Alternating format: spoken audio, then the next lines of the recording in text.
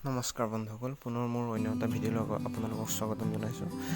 আজি মই আপোনালোকক দেখাম OTG কেবলৰ সহায়ত আমি কেনেদৰে ফাইলবিলাক ট্ৰেন্সফাৰ কৰিব পাৰোঁ বা ফাইলবিলাক আমি মোবাইলত ৰাখিব পাৰোঁ বা কেনেদৰে আমি ইউজ কৰিব পাৰোঁ OTG কেবলটোৰ সহায়ত আৰু কি কাম কৰিব পাৰোঁ আহকচোন জানো। দেখিছে মই OTG কেবলটো কানেক্ট কৰি লৈছোঁ, লগত এটা পেন ড্ৰাইভ আছে আৰু ছেটিঙলৈ গৈ লৈছোঁ। ছেটিঙত যোৱাৰ পাছত আপোনালোকে এডিশ্যনেল ছেটিঙত যাব, তাত গৈ OTG কানেকশ্যন অন কৰি দিব। অন কৰাৰ লগে লগে ফাইল মেনেজাৰ আহি যাব। ফাইল মেনেজাৰৰ তলতে OTG কেবলৰ যিটো পেন ড্ৰাইভ লগাইছে সেইটোৰ নটিফিকেশ্যন পাই যাব আপোনালোকে। দেখিছে OTG কেবলৰ নটিফিকেশ্যন আহি গৈছে। 54.6 GB আছে আনইউজ। এতিয়া আমি এইটো সঁচাকৈ আহিছেনে নাই তাক আমি ভালদৰে চাম। দেখিছে সুন্দৰভাৱে আহিছে, যিমান আছে পেন ড্ৰাইভটোত, যিমান ফটো আছে, ভিডিঅ' আছে, সকলোবিলাক আহিছে। মই ফটো এটাও উলিয়াই চাইছোঁ, মোৰ দাদা। দেখিছে চাইছোঁ, মোৰ নিজৰ ফটো এটাও চাইছোঁ, মই পেন ড্ৰাইভত ৰাখি থৈছিলোঁ। সুন্দৰভাৱে দেখিছে, বহুত ধুনীয়া কাম কৰে। যেনেদৰে আমি কম্পিউটাৰত পেন ড্ৰাইভ ইউজ কৰোঁ বা কিবা কৰোঁ, ঠিক তেনেদৰে আমি মোবাইলতো ইউজ কৰিব পাৰোঁ পেন ড্ৰাইভবিলাক। তাৰ ইউজ কৰিবলৈ আমাক কেৱল এটা OTG কেবলৰ প্ৰয়োজন। আৰু দেখিছে এই OTG কেবলটো ইয়াৰ উপৰি মোবাইল চাৰ্জ দিবও পাৰি, এটা মোবাইলৰ পৰা আন এটা মোবাইললৈ ট্ৰেন্সফাৰ কৰিব পাৰি। কেনেকৈ কৰে আহকচোন জানো। তাৰ বাবে OTG কেবলটো আৰু মোবাইলৰ যিডাল চাৰ্জাৰ, তাৰ বিশেষকৈ কেবল হ'ব লাগিব। এডাপ্টাৰৰ লগত যিডাল কেবল আহে সেইটোৰ জইন কৰিব লাগিব।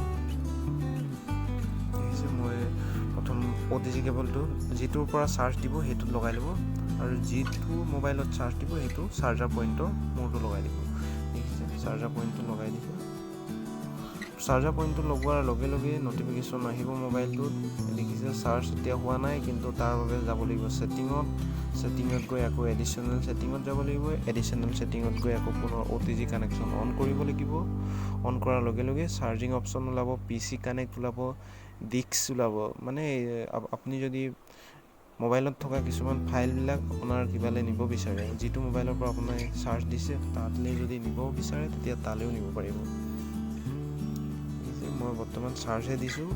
এতিয়া মই আকৌ পুনৰ এই মোবাইলত থকা ফাইলবিলাক বা ফটোবিলাক বা ভিডিঅ'বিলাক মোৰ যিটো মোবাইলৰ পৰা চাৰ্জ দিছোঁ সেই মোবাইলত চাব বিচাৰিম। গতিকে আহকচোন কেনেকৈ সিডোখৰ কৰোঁ সেইটো কাম। প্ৰথমতে মোবাইলটো কানেক্ট কৰাৰ পাছত ফাইল মেনেজাৰত যাব। ফাইল মেনেজাৰত যোৱাৰ লগে লগে আপোনালোকে দেখি পাব OTG cable connection 402 MB, 2 GB memory হয়, গতিকে বেছি স্পেচ নাই আৰু। দেখিছে এইটো ওলাই আছে।